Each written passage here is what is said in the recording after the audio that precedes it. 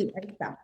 Les damos las buenas tardes. Mi nombre es Paulina Gutiérrez, yo soy secretaria docente de la Escuela de Ciencias Empresariales y le damos la bienvenida a todos los que están con nosotros aquí en el Zoom y también por nuestras redes sociales. Les saludamos desde la Escuela de Ciencias Empresariales de la Universidad Católica del Norte de Coquimbo. Yo quiero primero que todo agradecer a Daniel Fernández y Pablo Reyes que a pesar de sus agendas tan intensas, ¿no es cierto?, y de la situación que estamos viviendo, han querido compartir con nosotros, en nuestra región de Coquimbo, en nuestra universidad regional, sus experiencias y su libro, que se llama Invisibles. Así que los saludamos cordialmente y, y antes que todo, ¿no es cierto?, agradecer, porque yo creo que es importante en estas etapas hacer conversaciones generativas, como ellos indican en su libro que yo estoy leyendo y que ha sido muy interesante. Antes de presentar a nuestros ilustres invitados, quiero dejar con ustedes a nuestro director, Pablo Pinto Cornejo, para que nos dé unas palabras de bienvenida y también nos cuente un poquito el contexto en el que estamos celebrando nuestro aniversario número 28. Muchas gracias, Paulina. Muy bienvenidos a todos. Quisiera simplemente dar palabras en nombre de todo el personal y de todo el equipo académico. En primer término, agradecer a Pablo y Daniel por darse el tiempo de compartir y cerrar las actividades del 28º aniversario de la Escuela de Ciencias Empresariales. La Escuela de Ciencias Empresariales de la Universidad Católica del Norte, que nace en el año 1992, hoy alberga a más de 900 estudiantes y tenemos una red de alrededor de 1.200 graduados y más de 150 posgraduados. Esta escuela se enmarca dentro de la misión de la Universidad Católica del Norte, que fundamentalmente es contribuir al desarrollo de las personas, de la sociedad y de la herencia cultural desde el norte de Chile, creando y difundiendo conocimiento a través de los valores que nos guían: la libertad, la verdad y la justicia. Y en ese contexto, la celebración de este 28º aniversario marca un hito en la Escuela de Ciencias Empresariales, que ha permitido fundamentalmente tener dos carreras: ingeniería comercial e ingeniería en información y control de gestión, pero que además nos ha permitido salir al resto de la región, del país y del mundo con una serie de convenios. Este año, y entiendo Pablo y Daniel conversarán sobre eso, ha sido un año desafiante y hemos tenido que buscar soluciones y problemas complejos a través de la innovación, la colaboración, el entendimiento. Y es por eso que la celebración de este año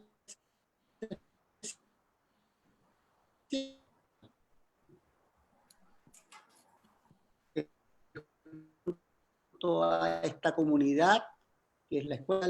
Agradecemos a todos quienes se suman a esta actividad y en particular quiero agradecer el compromiso de todos los integrantes de esta unidad, de nuestros académicos, docentes, personal de apoyo de la academia, porque sin ellos no podríamos tener la vigencia y el éxito alcanzado. Muchas gracias, Pablo, Daniel, por cerrar las actividades que tenemos de conmemoración, celebración del 28º aniversario.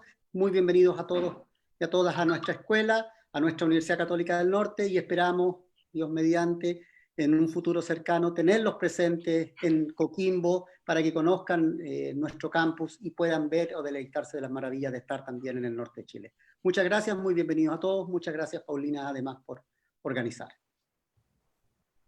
Gracias, Pablo. Bueno, yo quisiera decir que igual es un honor para nuestra escuela tener a estos dos grandes intelectuales, profesores, académicos, así que yo me voy a dar un pequeño minuto para presentarlos, para que ustedes sepan quiénes son Pablo Reyes Arellano, que es ingeniero comercial. Bueno, Pablo lo conocí hace unos años atrás y ha sido muy interesante todo lo que he aprendido, ¿no es cierto?, con sus conversaciones, sus espacios de formación. Ha sido desarrollador de programas de consultoría en el tema de desarrollo organizacional, ha sido profesor de liderazgo evolutivo, ha sido coautor con Daniel Fernández en este libro tan interesante, La Nueva Elite, que de alguna manera miraba, ¿no es cierto?, y predecía lo que estaba a punto de suceder hace un año atrás en nuestro país con el estallido de la crisis social, así que es un gran honor tenerlo aquí con nosotros.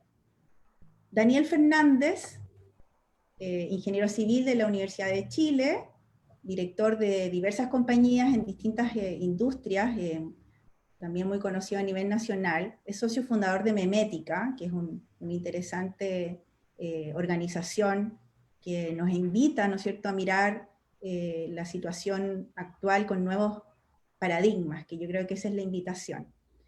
Ha sido autor también de varios libros, junto a Pablo, y presidente de directorios de muchas empresas importantes. Así que un gran honor tenerlos con ustedes, con nosotros, perdón, acá.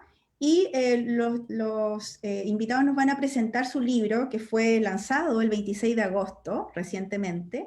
En este libro que ustedes pueden, tienen una página web que les pongo ahí, libroinvisibles.com, está disponible por Amazon, ellos nos van a contar más detalles, pero una vez que uno empieza a leer el libro, que es de una lectura bien interesante y bien atractiva, ellos tienen una mirada y esta pregunta central, que es hasta dónde llega el nosotros. Y por lo tanto, este libro utiliza la teoría evolutiva cultural para interpretar el movimiento social. Así que yo invito a Pablo y después a Daniel a que conversen con nosotros sus miradas y sus reflexiones en esta conversación generativa. Bueno, muchas gracias Paulina, muchas gracias Pablo por la invitación. Eh, claro, yo les voy a contar un poco cómo surge el libro, cuál es la motivación que tenemos nosotros detrás de esto y también hablar un poco de la trilogía, porque la verdad que este es el tercero una tercera publicación que hacemos junto con Daniel, que partió con La Nueva Élite. Nosotros nos encontramos y nos conocimos con Daniel y estudiamos juntos el enfoque evolutivo cultural. Y nos fuimos a Quito a estudiar este enfoque con unos profesores del National Value Center. Y, y lo que empezamos en las conversaciones que sucedían ahí, fuimos mirando, llevando este enfoque a la mirada sobre Chile. ¿Qué es lo que estaba pasando en Chile? ¿Cómo podíamos dar una explicación al fenómeno social, cultural, desde la perspectiva evolutiva de lo que había pasado en Chile, más allá de las izquierdas y las derechas? Nos dábamos cuenta que habían ciertos patrones que habían ahí que, que no tenían que ver con ideología, que eran bastante más profundos. Y a partir de eso escribimos La Nueva Élite, donde planteábamos fundamentalmente que Chile se está enfrentando a un, a un crash, a una crisis cultural aproximadamente el 2020, lo poníamos ahí, y que tenía que ver con la emergencia de distintas olas paradigmáticas culturales que estaban entrando en colisión y que estaban coexistiendo. Después de eso escribimos un ensayo el 2016, eso fue el 2014, La Nueva Élite. Después de eso escribimos un ensayo el 2016 donde pusimos ciertas alertas tomando ciertas encuestas que estaban dando vuelta. El ensayo se llama No nos gusta el Chile que habitamos. Y donde se manifestaba, digamos, como de alguna forma, si volvíamos a aplicar los mismos lentes, esto se está profundizando, estamos llegando a ciertos bordes que están sobretensionando y, y de alguna forma invisibles viene a decir, bueno, esto ya lo habíamos hablado, aquí está el fenómeno, y por dónde están las pistas, qué es lo que por dónde tenemos que entrar, que Daniel va a profundizar más en eso. ¿Por dónde tenemos que entrar en este momento, dado que estamos enfrentando un escenario de cambio probablemente de las normas que nos rigen como país? Entonces, esa es la gran motivación que hay detrás, digamos, poder aportar una nueva mirada sobre el fenómeno de lo social desde un lugar distinto y que tiene que ver con la evolución. Y ahí, como para poner como referencia, en la teoría evolutiva, en general la teoría evolutiva aplicada a la cultura, ¿ya? Que reconoce que la cultura, en la medida que las condiciones de vida van cambiando, va cambiando los mindsets, van cambiando los paradigmas con los cuales enfrentamos esa cultura, eh, concuerda bastante en distintos estadios que se ha ido pasando, digamos. ¿Ya? Hay distintas miradas evolutivas sobre la cultura, pero básicamente eh, ven como hablan de distintos, o sea, hablan de más o menos las mismas categorías, los mismos niveles.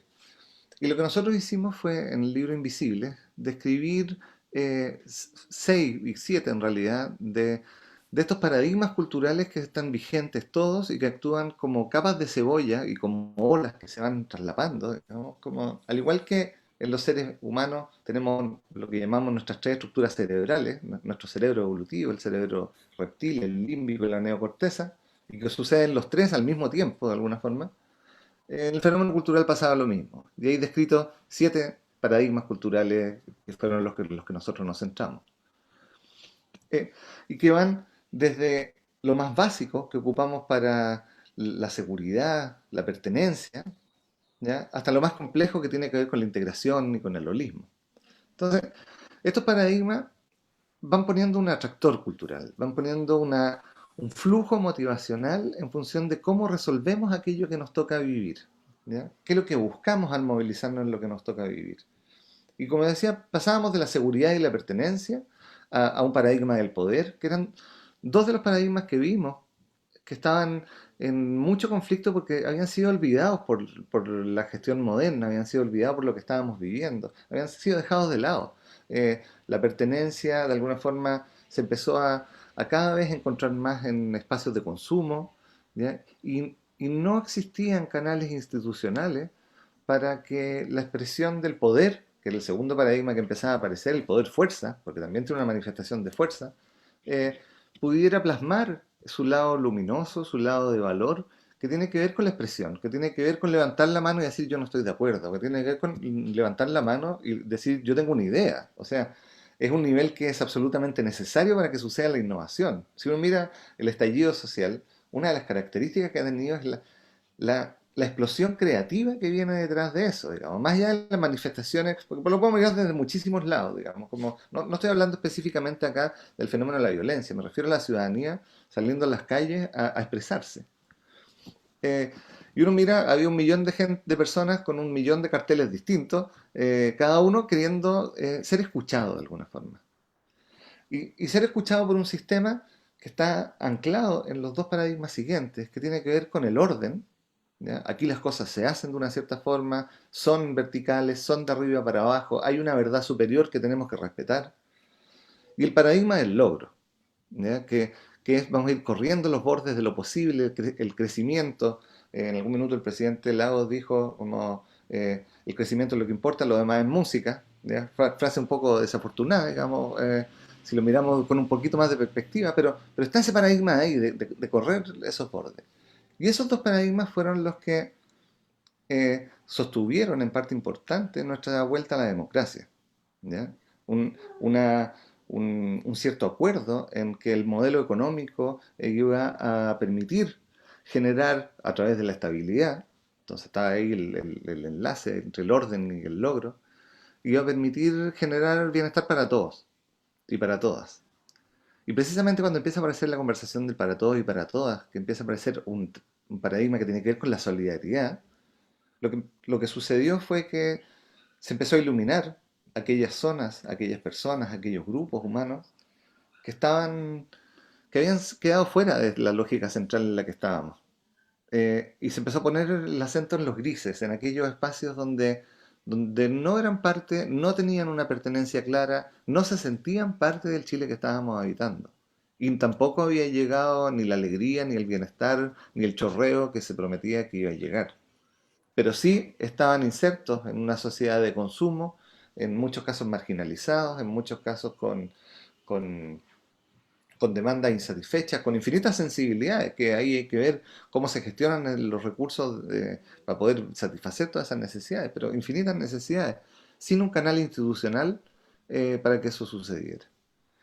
Y lo que nosotros planteábamos ahí en la nueva élite era la necesidad de que la teoría lo esbozaba y lo planteaba, pero no lo vimos, no lo logramos ver en Chile en ese momento, la necesidad de un paradigma integrador, un paradigma que dijera necesitamos la solidaridad para reconocer al otro como legítimo otro, necesitamos el logro y poner nuestra ciencia, nuestras empresas, nuestra fuerza emprendedora al servicio de generar mejores resultados, más sostenibles, más universales también, eh, en una estructura de orden y ética sólida que permitiera regular y controlar y que fuera una estructura de orden que fuera pareja para todos, donde las personas pudieran expresar su poder y se pudieran sentir seguras y sentir nuevas pertenencias. Y ahí aparecía la pregunta de Invisible, ¿hasta dónde llega el nosotros?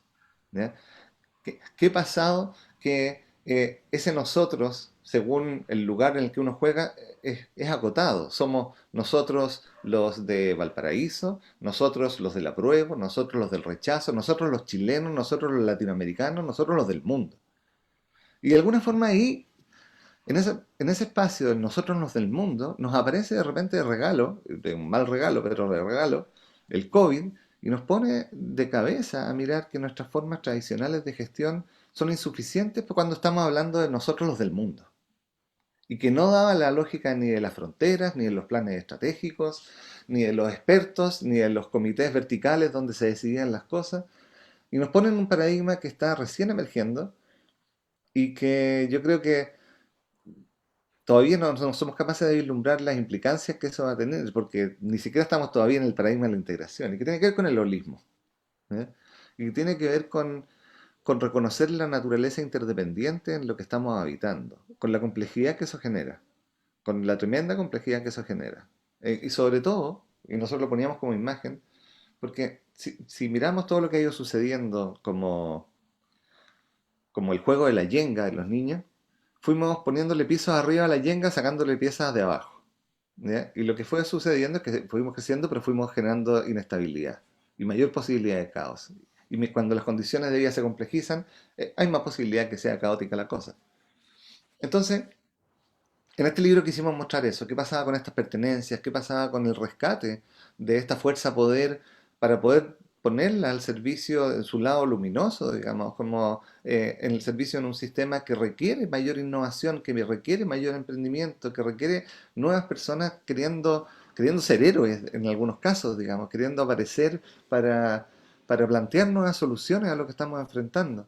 Y cómo esta situación que vemos en el proceso constituyente y todo eso nos permite o no ciertas posibilidades para entrar en ese espacio.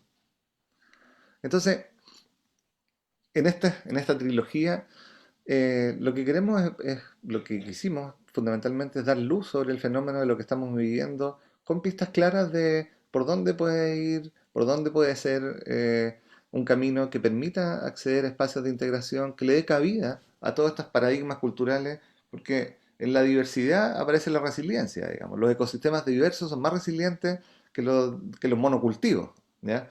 Los ecosistemas diversos donde aparece la pertenencia, el poder y la fuerza, el orden, el logro, precisamente con esa orquestación de eso es donde pueden aparecer nuevas posibilidades. Entonces, aquí le doy la palabra a mi colega y amigo Daniel para que nos cuente un poco, digamos, sobre ya, cuáles fueron las profundidades en las que entramos ahí. Sí, bueno, pues yo como no había hablado todavía, quiero agradecer a la Universidad Católica del Norte, a Pablo, a Paulina, a todo el equipo por la oportunidad de comentar y conversar. Esto, lo que ha mostrado Pablo en la secuencia de estos libros es como una especie de verdadera cruzada que nosotros hemos hecho para intentar, que digo cruzada porque es algo, un enfoque novedoso que no se había usado y por lo tanto que no es muy común ni fácil de asimilar en una primera instancia, que es el enfoque evolutivo cultural. Y Pablo ya fundamentó suficientemente y muy bien, como siempre lo hace, el enfoque, la metodología, por así decir. Y yo quiero decir que nuestras conclusiones en los primeros dos libros, La Nueva Élite y luego en No nos gusta el Chile que habitamos, al que llegamos y que se plasma en este libro es que bueno, hay promesas no cumplidas. Y como dice Mario Benedetti, si hay algo que no existe es el olvido.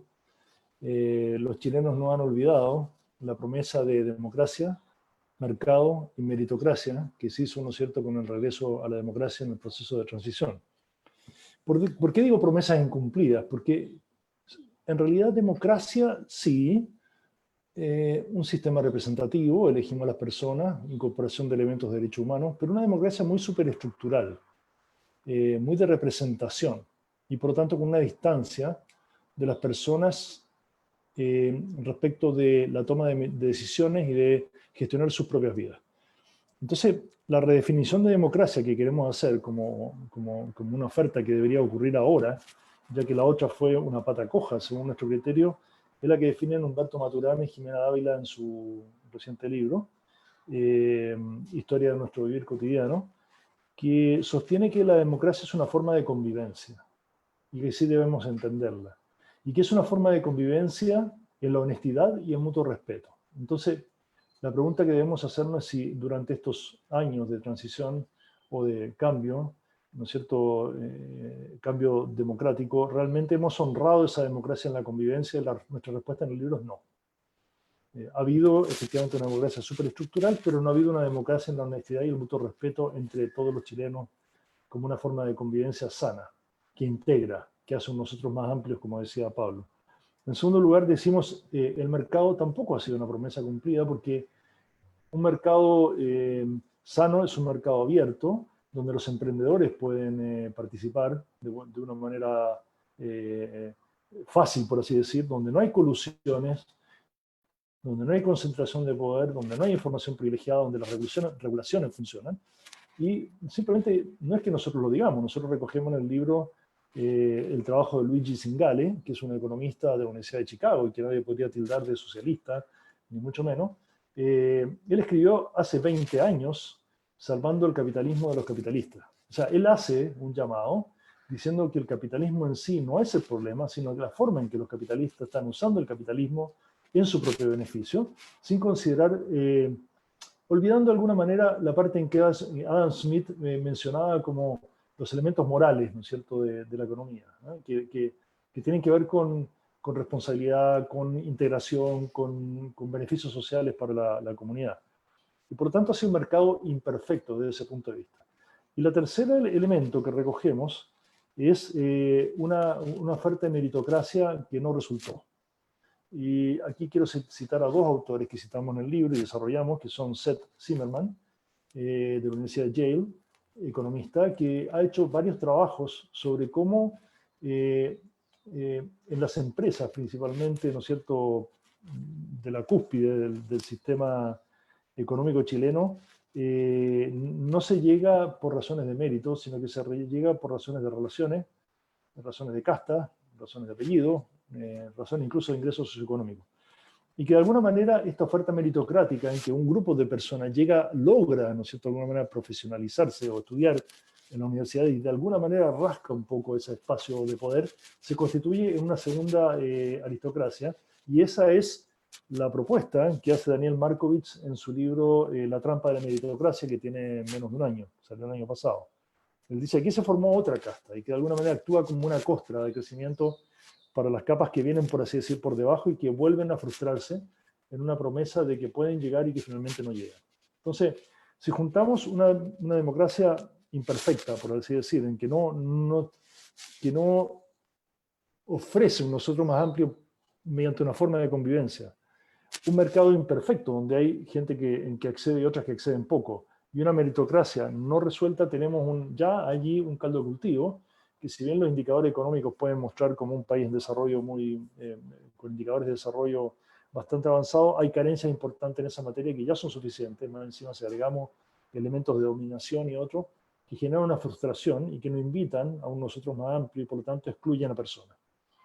En ese mundo, que es un mundo además muy competitivo, el mundo además del mercado, como dice también Maturana, hay ganadores y perdedores. Y cuando hay ganadores, otros tienen que perder. Es decir, yo gano, tengo que alegrarme de otro partido porque entonces yo gané, y si yo soy perdedor, quedé frustrado porque otro ganó. Y entonces eso produce una cierta disociación social que, si no buscamos elementos integradores, genera quiebres y fracturas. Ese es como el marco diagnóstico de la fase propositiva, nosotros que queríamos hacer. Entonces yo, a partir de esas falencias que nosotros detectamos, quiero mencionar una trazabilidad de cambio, que la voy a centrar en tres elementos relativamente rápido. Uno es la profundidad del cambio, otros son las propuestas de cambio y otros son los aceleradores o acentuadores de cambios.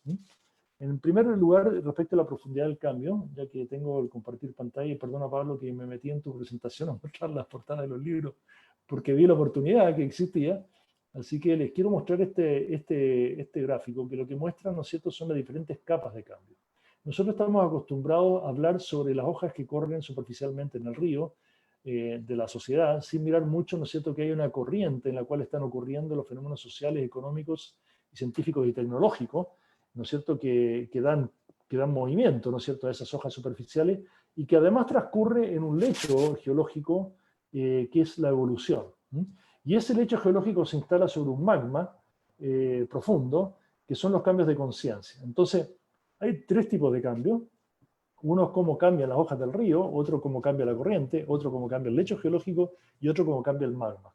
Y si uno mira la prensa del fin de semana, en los medios serios, digamos, de prensa escrita, radiales, ¿no es cierto?, de análisis, lo que ve, según nuestro criterio, es una mera conversación de hojas sobre el río. Es decir, quién se declara socialdemócrata, quién tiene mayorías, opiniones cruzadas, choques, un poco de la corriente social, porque bueno, porque hay un proceso de cambio que se manifiesta en la reforma constitucional, muy poco de ciencia y tecnología, que también es un futuro que tenemos que mirar, casi cero del cambio evolutivo que significa el cambio de la revolución industrial a la era cognitiva, con la inteligencia artificial, ¿no es cierto?, llevando la guaripola de este proceso de cambio, y cero, ¿no es cierto?, de los cambios de conciencia, a los cuales Pablo apeló cuando mencionó, por ejemplo, esta emergencia de un sistema holístico que tiene conciencia de que vivimos en un mundo global, o cósmico incluso, que está integrado y que no podemos separar en piezas y partes. Dicho de otra manera, o haciendo el recorrido inverso, tenemos que los cambios de conciencia habilitan cambios evolutivos que a su vez condicionan el movimiento de la corriente, que a su vez arrastra hojas del río. Evidentemente este es un modelo cartesiano que tiende a dividir cosas que no son divisibles, como todos los modelos es una simplificación. Estas tres capas o estas tres profundidades de cambio interactúan entre sí, tienen una dinámica, ¿no es cierto?, dialéctica, y por lo tanto influyen unas sobre otras. Y aquí la estamos simplemente simplificando. Estamos acostumbrados a hablar de hojas del río, algo acostumbrados a hablar de algunos elementos de la corriente. Hojas del río es como la conversación diaria y la política, cambios en la corriente son los análisis que hace la sociología, pero hasta ahí llegamos. Y el análisis de cambio que nosotros hacemos va de ahí hacia abajo. Es decir, en el lecho geológico, el cambio evolutivo que estamos viviendo en formas de pensar y entender el mundo, y también de magma, que son los cambios de conciencia que estamos viviendo a partir de esa evolución. Ese es el primer elemento, la profundidad del cambio, y nosotros hemos notado en los últimos 6-7 años, y por eso usamos esta metodología, que los enfoques son imperfectos e incompletos, los enfoques de análisis. Déjenme ver si logro sacar de alguna manera esta cosa. Creo que la voy a tener que cerrar porque si no, no voy a tener cómo sacarla. Ahí. El segundo elemento de cambio tiene que ver con las propuestas de cambio. Nosotros hacemos en el libro propuestas de cambio evolutivo, es decir, propuestas que movilizan el cambio en la capa, ¿no es cierto?, del lecho geológico del río, en la profundidad, y que están de alguna manera tomando lo que Pablo decía de lo que son estos paradigmas o sistemas adaptativos en que estamos de alguna manera movilizándonos, es rescatar aquellos elementos de la agenda que podrían dar cuenta de las falencias que hay en ese lugar. Por ejemplo, integrar las pertenencias fragmentadas de que hablaba Pablo en un nosotros realmente más amplio, e instalar elementos de orden que sean validados y no necesariamente jerarquizados, establecer elementos de competencia sana y de oportunidades, es decir, ir al rescate de aquellas componentes más sanas y más funcionales de los distintos sistemas adaptativos, sistemas de paradigma. No tengo el tiempo y el espacio para profundizar en ellos, pero el libro trae propuestas. Este no es un libro meramente analítico, sino que es un libro que tiene propuestas concretas. Y en tercer lugar quería hablar de la aceleración y el acentuador de cambios que es el coronavirus. Nosotros empezamos a escribir con Pablo este libro en octubre, en noviembre diría yo, a fines de noviembre, cuando ya se había llegado al acuerdo del cambio constitucional o del plebiscito, y lo escribimos, y obviamente que nos apareció entre medio el coronavirus, como a todo el mundo, lo cual nos hizo refugiarnos, escribir con más profundidad, interactuar más entre nosotros, pero además recoger el fenómeno que estaba ocurriendo y que era imposible de escapar. No porque la pandemia sea un cambio evolutivo y provoque un cambio evolutivo diferente, sino porque es un acelerador de los procesos de cambio evolutivo que veníamos trayendo. Es decir, el trabajo online, el coworking, las redes más horizontales, funcionales, los temas de comercio online, la economía colaborativa, son todos elementos que existían desde antes del coronavirus, no son nuevos. Sin embargo, el coronavirus lo que hizo es acelerarlos.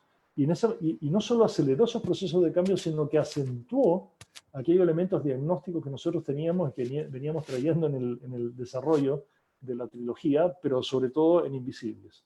Y lo que hicimos fue crear un capítulo adicional que se llama Bonus Track, el número de capítulos Bonus Track, y el nombre es Efecto Murciélago, como una especie de paradoja dramática de lo que es el efecto mariposa combinado con esta supuesta origen, ¿no es cierto? Ese es el mito, al menos que existe, no sé si el mito, pero la creencia que existe sobre el origen del virus.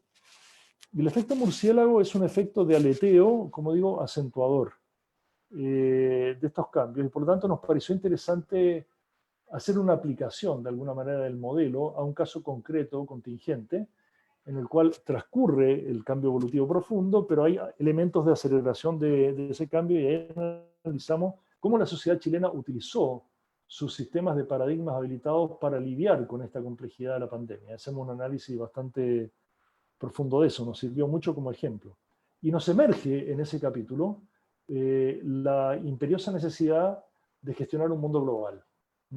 Que es lo que Pablo hablaba, ¿no es cierto?, al final, de la conciencia de que vivimos en un solo mundo, incluso en un solo sistema cósmico integrado, que si no gobernamos asumiendo esa integridad, nos vamos a equivocar. Entonces, ponemos ahí desafíos globales muy, muy importantes, como por ejemplo la dicotomía entre privacidad y bien público, para dar cuenta de las necesidades de bien público de salud. Hacemos un análisis, ¿no es cierto?, de las necesidades de gobernabilidad global que existen a partir de este fenómeno. Citamos a varios autores y analizamos y hacemos crítica. Incluso nos permitimos hacer críticas de Yuval Harari, que creemos que está equivocado en el planteamiento que hace respecto a la privacidad y la gobernabilidad. Y de alguna manera, además, ¿por qué digo acelerador? Ya expliqué, pero acentuador de aquellos elementos que habíamos diagnosticado. Es decir, si había desigualdad, en pandemia hay más desigualdad. Si tenemos desafíos importantes en la democracia, mucho más graves se hacen en un proceso de pandemia. Si teníamos ciertos paradigmas o ciertos sistemas con sus componentes insanas, intoxicando alguna vez la sociedad, estos se acentúan en el proceso, ¿no es cierto?, de intento de gestión de la pandemia. Entonces, eso nos da un cierre en el libro. Entonces, solo para sintetizar, el libro tiene una componente original de diagnóstico que se basa fundamentalmente en las promesas incumplidas y en la marginación de un grupo de personas de aquellos elementos prometidos.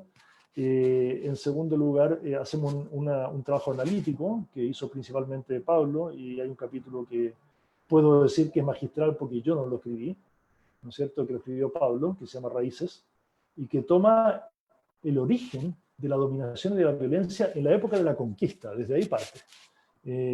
Así que no se lo pierdan, ese capítulo es un capítulo, además, muchos de los capítulos son autocontenidos. Cuando uno va leyendo dice, bueno, a lo mejor me estoy aburriendo un poco aquí, no importa, pasen al capítulo siguiente porque están autocontenidos, así que se pueden leer.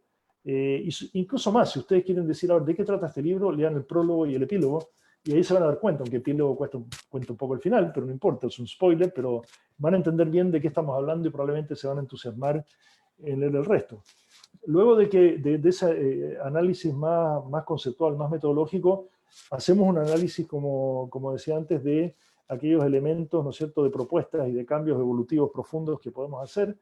Hacemos una propuesta allí mismo de cómo abordar una nueva constitución, qué metodología podría usar el constituyente. Hacemos una crítica muy severa y muy aguda a la forma de gestación de la Asamblea Constituyente. Sostenemos por qué debería haber sido hecha por sorteo, con apoyo académico. En la fase de comentarios, preguntas, podemos profundizar respecto de esto, y por lo tanto nuestro pesimismo un poco de la forma de armar esa convención probablemente constituyente. Y finalmente, como digo, cerramos con la pandemia. Solo para terminar, hay un factor que me parece importante de señalar, a pesar de que es de forma, es muy profundo, que es que si ustedes abren el libro, lo primero que se van a encontrar es con una especie de prefacio, un prólogo, perdón, porque después viene el prefacio, un prólogo que no está hecho por un académico, no está hecho por un personaje conocido, no está hecho ni siquiera por nosotros, está hecho por una invisible.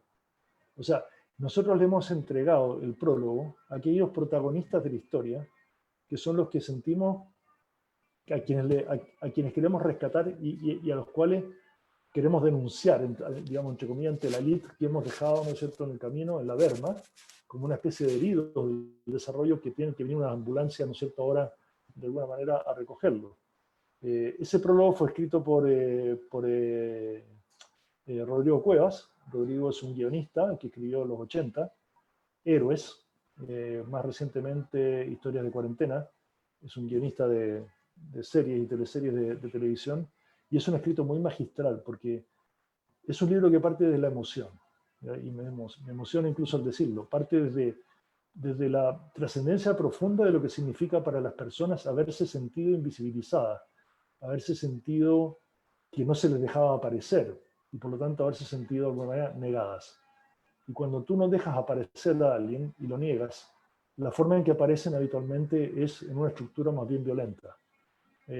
Freud lo dice que cuando se intenta esconder aquellas pulsiones o aquellos sentimientos más profundos, siempre aparecen después y aparecen de la peor manera.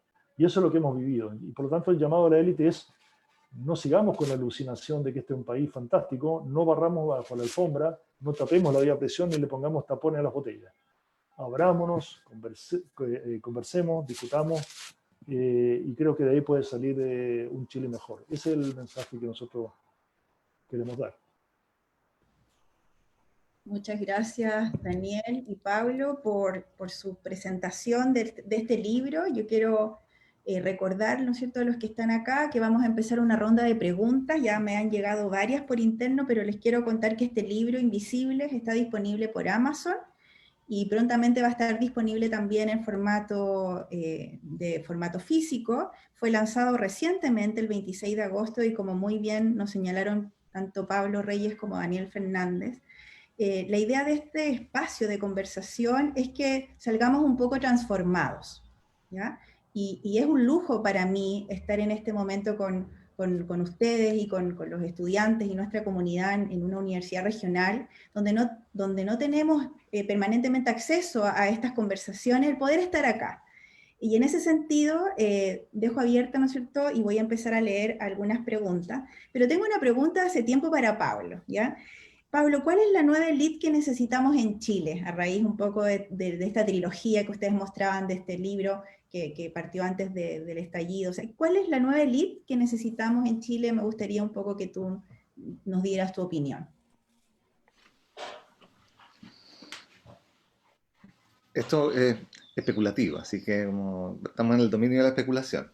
Pero lo que nosotros vemos, si lo miramos precisamente desde la mirada evolutiva, ¿ya?, lo que estamos planteando es que se necesita una nueva élite que sea capaz de integrar, ¿ya?, que sea capaz de hacer un ejercicio de integrar y trascender, ¿ya? El recorrido evolutivo en general es fragmentado. Entonces pasamos de ser profundamente ordenados a ser profundamente conectados con el logro, o pasamos a ser profundamente conectados con el logro a profundamente solidarios, digamos. Pero vamos siempre dejando algo, y Daniel aquí mencionaba, digamos, como lo que íbamos tirando bajo la alfombra, lo que vamos dejando en la sombra.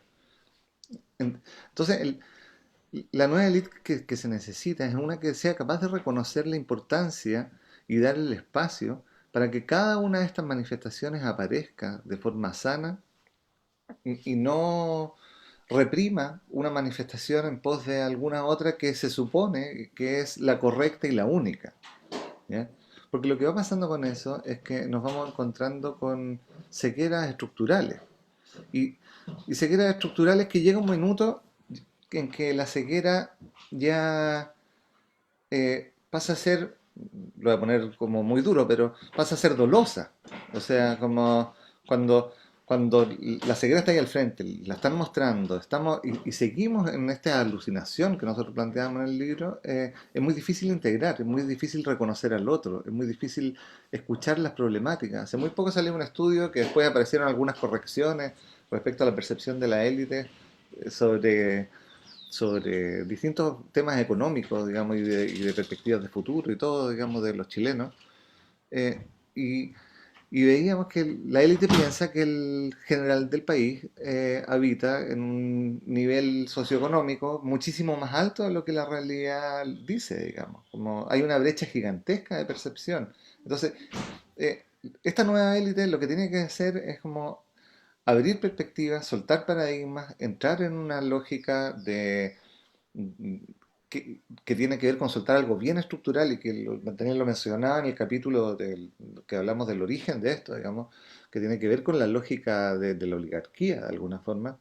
Entonces, ya tiene que dejar de ser una élite heredable para pasar a ser una élite meritocrática, coyuntural, en función de las experticias, en función de lo que se está requiriendo en ese momento en particular, que por lo tanto tiene que tener esa capacidad de entrar y salir, es un trabajo grande el que se requiere, digamos, y en mucho, la palanca está en la educación. ¿Ya? No basta solamente con el insight y con el darse cuenta, porque la inercia es muy grande. ¿Ya? La inercia del sistema en funcionamiento es muy grande. Entonces, hay que empezar a apostar por nuevas formas de educar a las personas, un Estado laico, que de alguna forma permita la diversidad de culto, pero que tampoco imponga miradas, porque resulta que cuando estamos aquí en conversaciones de verdades superiores, eso lo trascendimos hace muchos años, desde la filosofía, desde la ciencia. Entonces, ir soltando esos paradigmas que ya definitivamente nos sirvieron para la revolución industrial, nos sirvieron para la posguerra, y que en este momento requiere otras lógicas, otros méritos, son otras motivaciones incluso. No me atrevería a mencionar por dónde andan, porque la verdad que a nosotros nos ha costado encontrarlo, digamos. De hecho, en el libro, en la nueva élite, pusimos al inicio de cada uno de los paradigmas una frase de algún personaje en particular. Hay frases de la presidenta Bachelet, del presidente Piñera, y nos costó encontrar a alguien que tuviera al menos un insight integrador y que dijera como todos somos necesarios y nuestras distintas visiones del mundo son parte de un ecosistema y eso ese es el tipo de nueva élite que se necesita, mayor ilustración, mayor conexión con la esencia, mayor capacidad de escucha, sensibilidad, respeto irrestricto a las normas que hemos decidido habitar y lo que y lo que no estemos de acuerdo con canales institucionales para poder cambiarlo. Entonces, por ahí va. Sí, y justamente Alberto Rojas nos preguntaba algo en la misma línea, pero él quiere un poco saber tu experiencia o tu mirada con respecto de cómo visualizan ustedes las voluntades de estas élites para generar cambios estructurales. Si ven dentro de este análisis algún tipo de voluntad profunda. Si puedo tomar tal vez la pregunta. A ver, voy a tomar la línea de Pablo. Cuando nosotros decimos la nueva élite, no significa, como dijo Pablo, un recambio de personas dentro de la misma lógica. Cuando nosotros decimos la nueva élite, estamos diciendo una nueva forma de ser élite. Y esa nueva forma tiene las características que Pablo mencionó. Es decir, horizontalidad, conciencia, integración.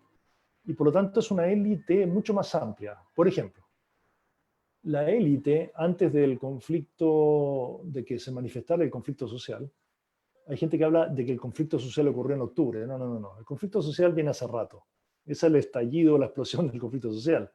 Hay gente que dice Chile cambió. No cambió. Lo que pasa es que lo estamos viendo como era. Entonces, esa configuración de esta élite parte, ¿no es cierto?, de esa conciencia de un Chile diferente. Y lo que se produce, ¿no es cierto?, en octubre, que como sinceramiento de que esta alucinación que la élite tenía no es cierta, fíjate que no se resuelve desde el punto de vista institucional en la élite jerárquica de la presidencia de la República. O sea, este es un país presidencialista. ¿Y quién movilizó realmente la salida, o una salida al menos política al conflicto? Son los alcaldes. O sea, en un régimen presidencialista los alcaldes hicieron un plebiscito voluntario que la Contraloría incluso dijo, sí, incluso lo puede hacer, hágalo. Lo que pasa es que no es vinculante. Ok, pero fue la fuerza política que empujó al sistema parlamentario, al sistema presidencial, a hacer un plebiscito. Y fueron los alcaldes los que hicieron la conexión entre la efervescencia social que se estaba produciendo con una gestión territorial y con una salida política. Ese tipo de élite, estoy dando un ejemplo. O sea, ahora, en el mundo más completo significa dejerarquizar la élite, pero aquí en el sistema político ya se dejerarquizó. Y una de las cosas que nosotros planteamos ¿cómo se llama? En el libro es que el régimen presidencial ya no da más. No da más. O sea, nosotros no podemos tener gobiernos que al año y 2 meses, como el de Bachelet 2 y el de Piñera, tienen 20% de aprobación. Eso es ridículo. O sea, no se puede gestionar un gobierno así que además tiene mayoría parlamentaria en contra. Y hay que ir a un sistema parlamentario, por lo menos, en que además el sistema de alcaldes tenga un cierto rol. Entonces, ahí estamos hablando de la élite política, por así decirlo. Desde el punto de vista de la élite global, la élite se desgastó. En una época la élite en Chile y en muchos países era una vanguardia intelectual, académica, científica. Y hoy día lo que hacen, con todo cariño, lo que hacemos los académicos fundamentalmente, es interpretar lo que pasó. No estamos mucho a la vanguardia, hacemos análisis de lo que pasó y tratamos de dar explicaciones. Entonces, esa vanguardia de alguna manera se perdió. Creo que la élite perdón la vulgar expresión, se achanchó o se durmió en los laureles. Y por otro lado, tenemos una élite endogámica que conversa solo entre sí misma, que no lee cosas, porque además cuando dicen, esto fue sorpresivo, nadie lo predijo. Oye, nosotros que venimos haciendo investigación hace 6 años o más, 7 años, hay montones de libros y de encuestas, incluso la encuesta bicentenaria católica, que muestran lo que venía. O sea, entonces es decir, nunca lo vimos. Entonces, nunca lo vimos porque nunca leíste aquello que te decía algo diferente. Entonces, la endogamia de la élite es lo que hay que romper. Y hay que integrarla con sistemas más globales, con sistemas más horizontales, con apertura a otras realidades, y por lo tanto, además, con una diversidad religiosa, política, social.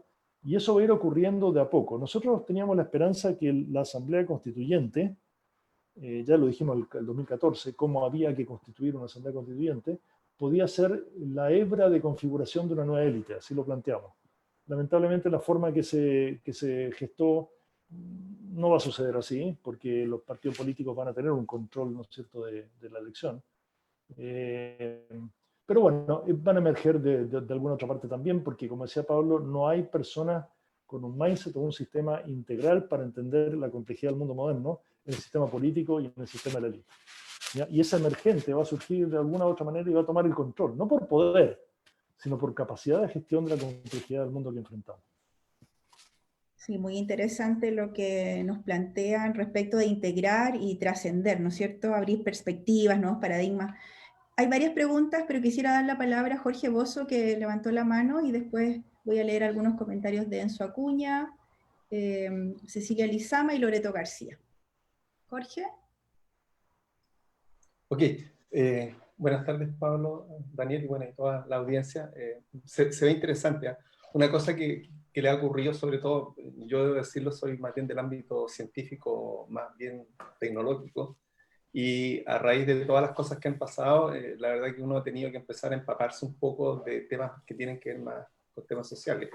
Y en ese escenario, mi pregunta respecto a lo que plantearon en el libro, a lo mejor lo comentaron, pero yo no lo alcancé a escuchar porque estaba con un problema de audio, en relación que he leído un poco y he estado leyendo y estoy hurgueteando algunas cosas, y hay un libro que sacó recientemente Carlos Peña en relación con los temas que tienen que ver con las élites, esto que plantea en La mentira noble, ¿cierto?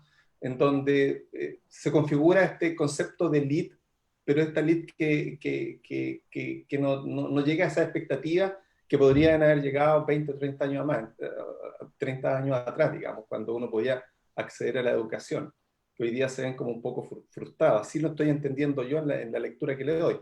Entonces, en ese sentido, no sé si lo que ustedes plantean en esta parte invisible, hay algo de eso, digamos, que también lo plantea Carlos Peña, digamos, filósofo y rector y opinólogo, que es bien polémico, digamos, dice varias cosas que son bien ciertas, digamos, que si uno las quiere entender así.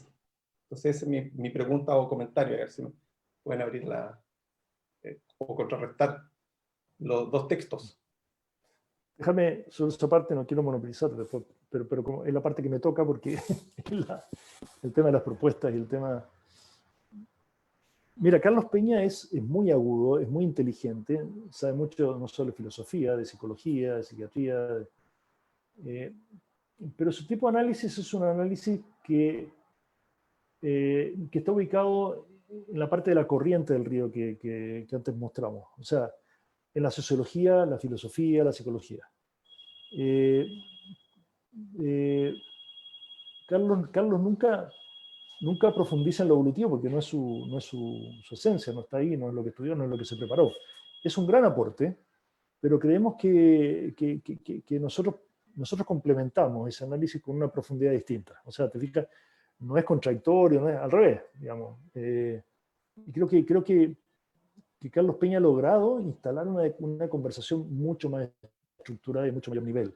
Por lo tanto, tiene un gran valor. Ahora, lo que él plantea en su libro, nosotros no lo analizamos, hablamos y decimos que la meritocracia ha sido una promesa fracasada, y citamos a Daniel Markovits, que es un libro del año pasado, ¿no es cierto?, de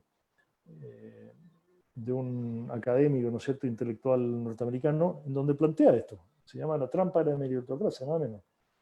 Y Carlos lo que hace es profundizar en eso, no es que lo use como referencia, sino que toma ese tema y lo profundiza y lo analiza para el caso chileno.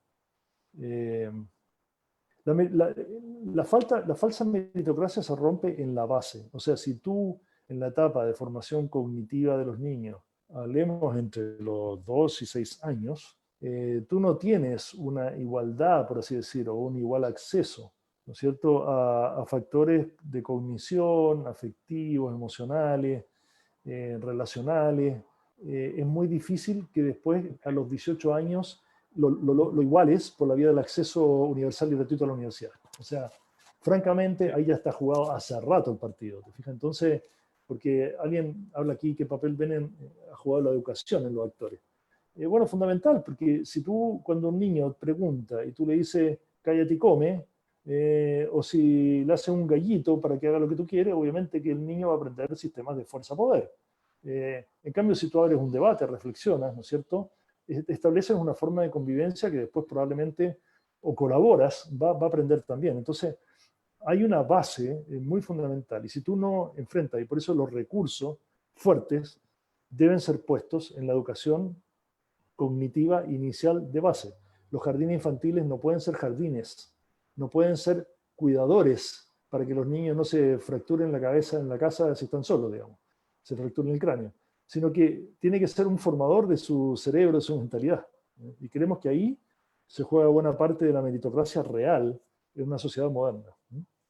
Sí, o sea, yo te tengo que decir que estoy totalmente de acuerdo. Yo creo que hemos perdido el foco, no digo nosotros, digamos, sino que la sociedad en focalizar diferencias o igualdad de educación en niveles superiores. Concuerdo plenamente contigo que el tema lo tenemos de base, digamos, y es muy difícil igualar. Es mi opinión, digamos, pero concuerdo contigo en eso. Gracias, súper bien. Gracias a ti.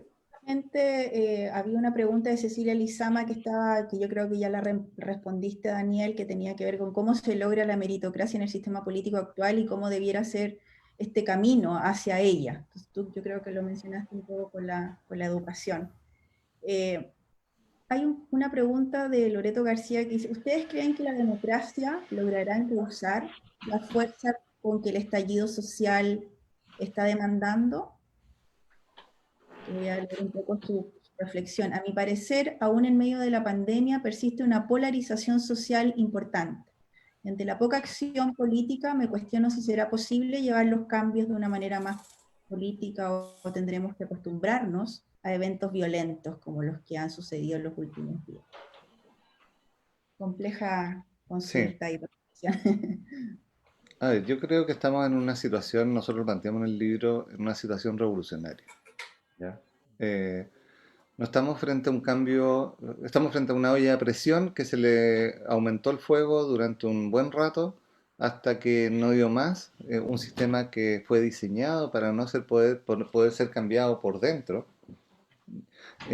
lo que generó una tensión bastante como insostenible y que de alguna forma el, de alguna forma esta manifestación de aquellos que no se sintieron parte de esto era un emergente posible y que estaba avisado, digamos, que estaba dicho.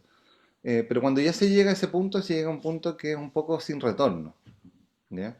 Entonces, en ese sentido, como tiene que haber un cambio, un giro estructural de las fuerzas políticas eh, para que pueda darse un canal que tenga validez, que tenga validación, digamos, como, porque cuando vemos la violencia y entramos en el fenómeno de la violencia, como eh, por un lado o por otro se va a tratar de vincular la violencia, darle un cierto contexto, digamos, de la violencia estructural que se ha vivido, por lo tanto es natural esa reacción.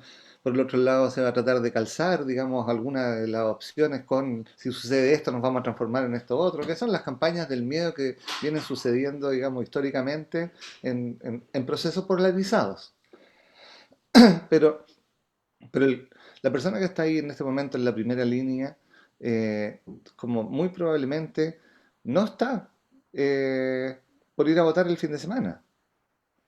Entonces no va a suceder así como así que, listo, encontramos el canal constitucional y llegamos al espacio de la Constitución y se elige la forma que se vaya a elegir, muy probablemente salga apruebo y convención constituyente.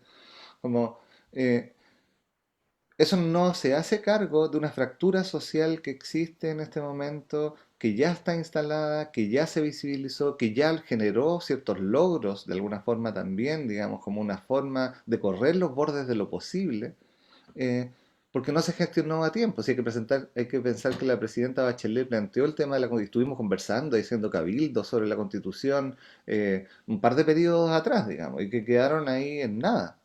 Entonces, eh, hay que, de alguna forma, hay que entrar a generar nuevos acuerdos. Y la Constitución es un buen paso, es una buena posibilidad que nos permita generar nuevos acuerdos, nuevas formas de conversación. Pero si uno mira a los actores que están, hay muchos de ellos que están incentivando la polarización para poder sacar rédito, digamos, y para poder llevar a la gente a su lado, digamos. Pero no sacamos nada, por ejemplo, si lo llevamos a Estados Unidos a pararnos desde una vereda a decir que Trump es misógino, racista, homofóbico, etcétera, porque para el votante le da un poco lo mismo, digamos, como lo que tenemos que lograr hacer, entrar a escuchar cuáles son aquellas motivaciones profundas y encontrar un lugar de afuera, de acuerdo, perdón, donde ese nosotros sea lo suficientemente amplio para poder ver cómo, bueno, cómo nos movilizamos en función de de esas motivaciones profundas. Eh, Fue lo que se hizo con este mismo enfoque en parte, digamos, como en el proceso de Sudáfrica con Mandela y de Klerk.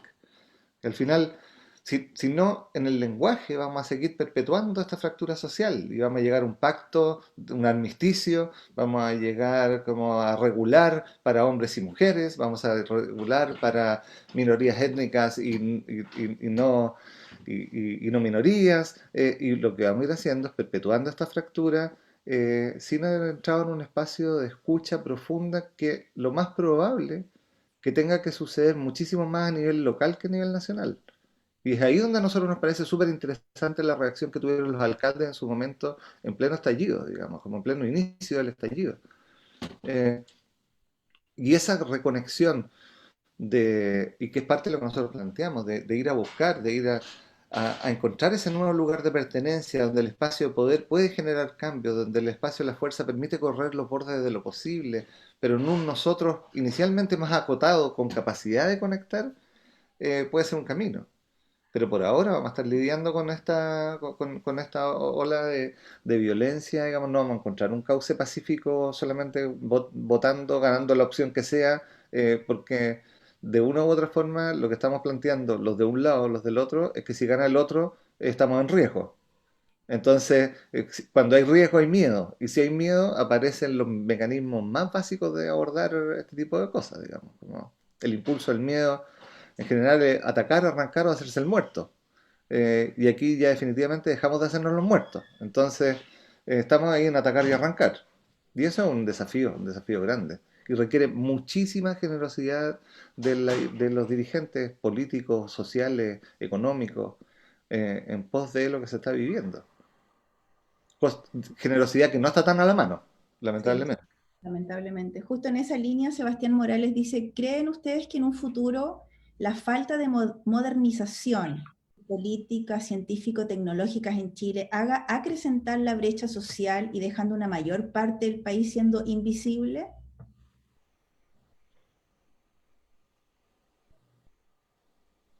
Habla un poco de la A falta de ver, sí. modernización. A ver, nos preocupa, de nuevo, con Pablo, de que el enfoque de análisis de la nueva constitución o el trabajo de la convención constituyente sea o como lo mixta o no, digamos, digo, los constituyentes, para ser más amplio, se enfoquen en la corriente del río y no tomen en cuenta el lecho del río. O sea, que los elementos evolutivos no estén presentes.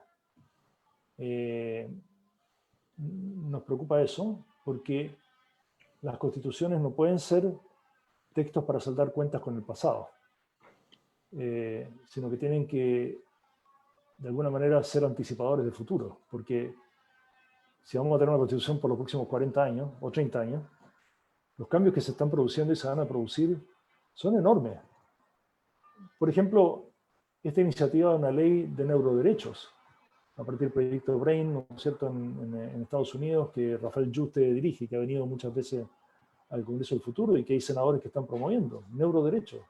Es decir, cuando Elon Musk termine su proyecto de Neuralink y logre, ¿no es cierto?, con conductores de fibra óptica y un sistema Bluetooth, proyectar desde nuestra nuca a un computador nuestros pensamientos y probablemente a futuro elementos de nuestra conciencia, la pregunta es, ¿quién va a ser el propietario de esos elementos, ¿no es cierto?, que están en nuestro cerebro y que son... Entonces, por eso decimos que este es un cambio evolutivo profundo. Aquí la era cognitiva se abre, ¿no es cierto?, y tenemos que dar cuenta de ella. Y uno de los elementos fundamentales es la gestión de objetivos para la inteligencia artificial. Por supuesto que en temas de política científico-tecnológica hay que hacer política pública. Efectivamente, hay personas tecnológicas y personas subtecnológicas que no tienen acceso, ya sea por falta de conocimiento, por edad o por acceso directamente a bienes tecnológicos.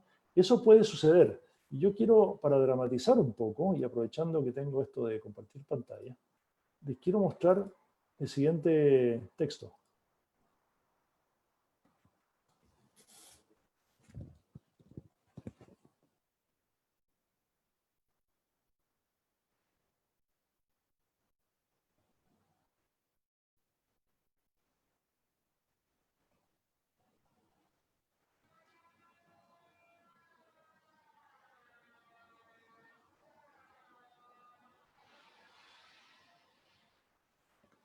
Bueno, quien habla aquí es la inteligencia artificial. O sea, esta es una sección de una columna en que el editor de The Guardian le da a un software de inteligencia artificial 2 o 3 semillas, digamos, lineamientos para que escriba cómo él ve la relación entre lo humano y la inteligencia artificial. Y esa es la respuesta. Y eso está ocurriendo hoy. Claro, hay personas que dicen, sí, pero no es lo mismo. El editor dice, ¿saben qué? Este artículo está mejor escrito, es más rápido. Me salió mucho más fácil editarlo que cualquier artículo sobre este tema que haya hecho un humano. Entonces, las potencialidades de la inteligencia artificial son enormes. Y eso va a significar, ¿no es cierto?, cambios enormes en las sociedades humanas. Y si nosotros no damos cuenta de eso, no lo consideramos como parte, ¿no es cierto?, de una realidad y nos limitamos, ojalá, a mejorar las pensiones, a mejorar, ¿no es cierto?, la igualdad, el acceso a la educación, está muy bien. Pero en este nuevo contexto evolutivo. Y creemos que ahí falta mucha conciencia por parte del sistema político para entender, bueno, y aquí, oye, estamos en una universidad. O sea, el rol de la academia y la universidad y la investigación es fundamental y lamentablemente hay una distancia muy grande entre el sistema político y las universidades. Es algo que nosotros, y es necesario que las universidades tengan profesores que a su vez, ojalá sean gestores de política pública, ojalá estén en la empresa. Y también necesitamos, ¿no es cierto?, al revés, académicos que den soporte a las estrategias, a las capacidades, a las competencias del mundo profesional. Ha mejorado, pero falta mucho. Y creo que el tipo de trabajo que ustedes hacen, el tipo de universidad que ustedes hacen es fundamental. La conexión entre el mundo empresarial, el mundo de gestión, el mundo tecnológico en las universidades es absolutamente clave y creemos que ahí falta mucho, mucho por avanzar. Muchas gracias. Voy a ir leyendo una de las últimas preguntas para ir cerrando, dado el compromiso inicial con nuestros relatores.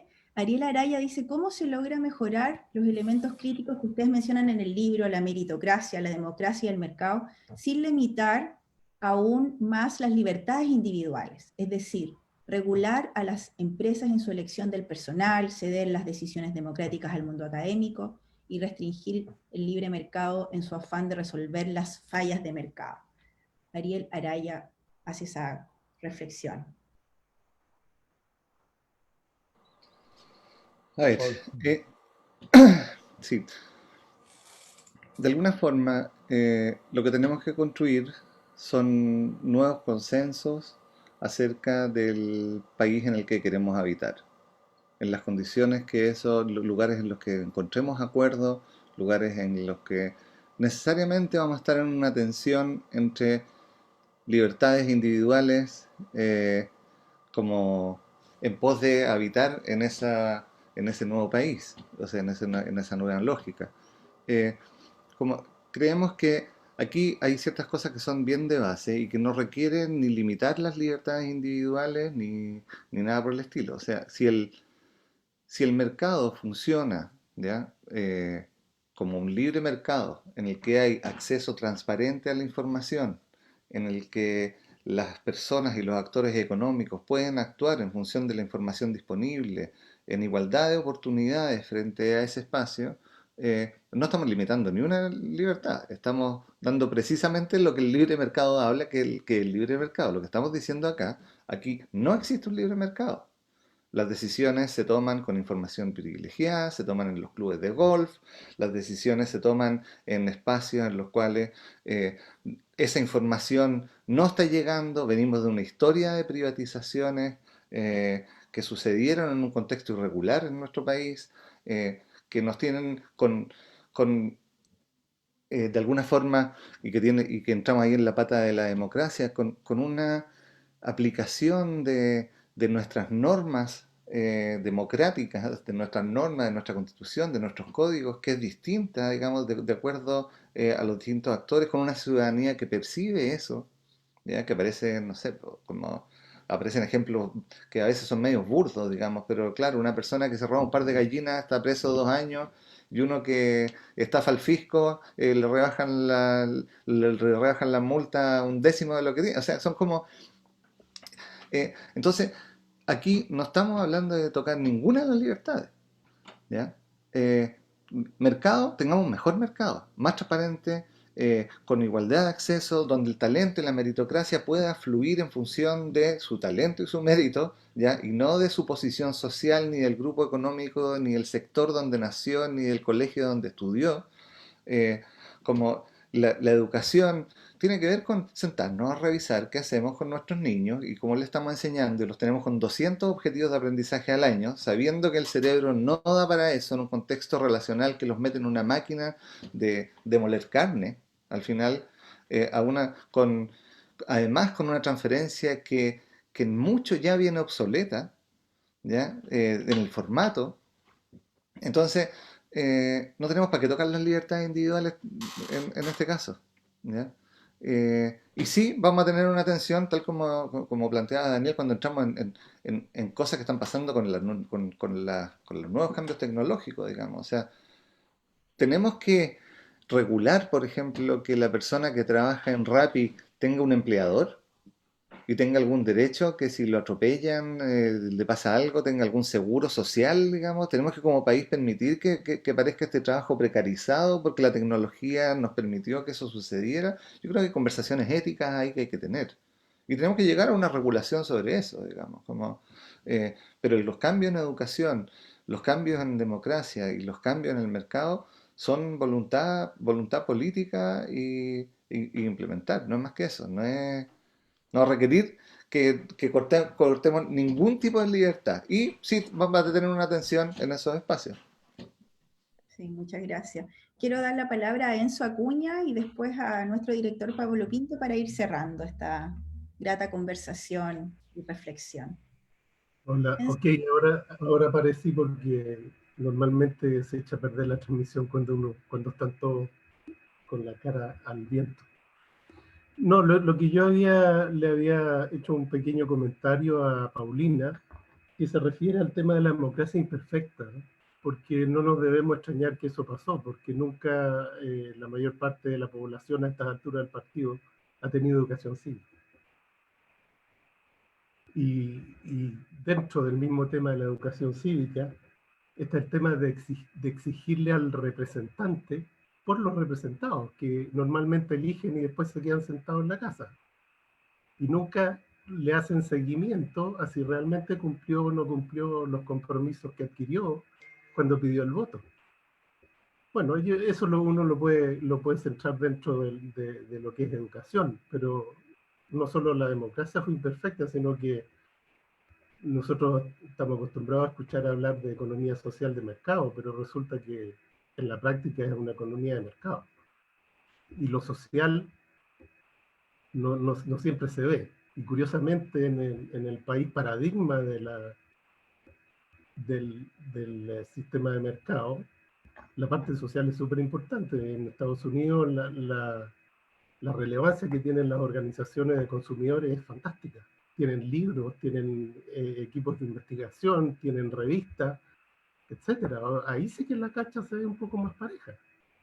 Entonces, en realidad hemos hecho una mala copia o una copia imperfecta de modelos que funcionan cuando se aplican completos. Esa es mi reflexión.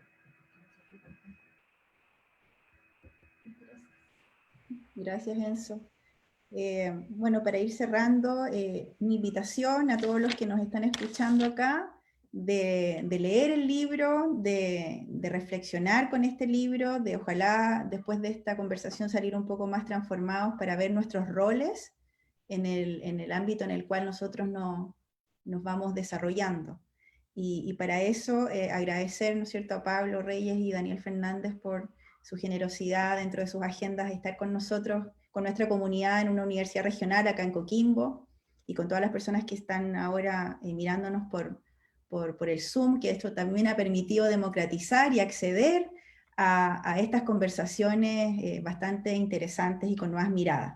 Así que dejo a Pablo para que pueda cerrar y agradecer a todos su participación y su disposición. Sí, muchas gracias, Daniel, Pablo, excelente presentación, colegas. Muchas gracias por esta reflexión, y yo creo que se torna mucho más relevante en el contexto en el que estamos, y esperamos que esto genere un aprendizaje y una discusión mucho más profunda que la que Daniel y Pablo nos señalan en su libro, sobre todo con esto de llegar al magma, que permita hacer una discusión profunda de los paradigmas que guían el conjunto accional. Y yo creo que ahí tenemos una responsabilidad como universidad y, por cierto, como escuela, que la tomamos y la seguiremos implementando. Muchas gracias a ambos, muchas gracias a toda la audiencia, a nuestros colegas, profesores. Gracias. Por unirse en esta actividad y cerrar con esto la celebración de nuestros 28 años. Muchas gracias a todos y a todas, y muchas gracias, Paulina, por tu brillante conducción, como siempre. Que tengan todos y todas muy buenas tardes. Agradecer a Pablo y Daniel por su tiempo. Muchas gracias. Gracias, Pablo. Gracias, Daniel. Damos el libro. Chao, que estén bien. Chao, gracias. Chao, chao. Un abrazo chao, a todos gracias. y cuídense. Gracias. Gracias.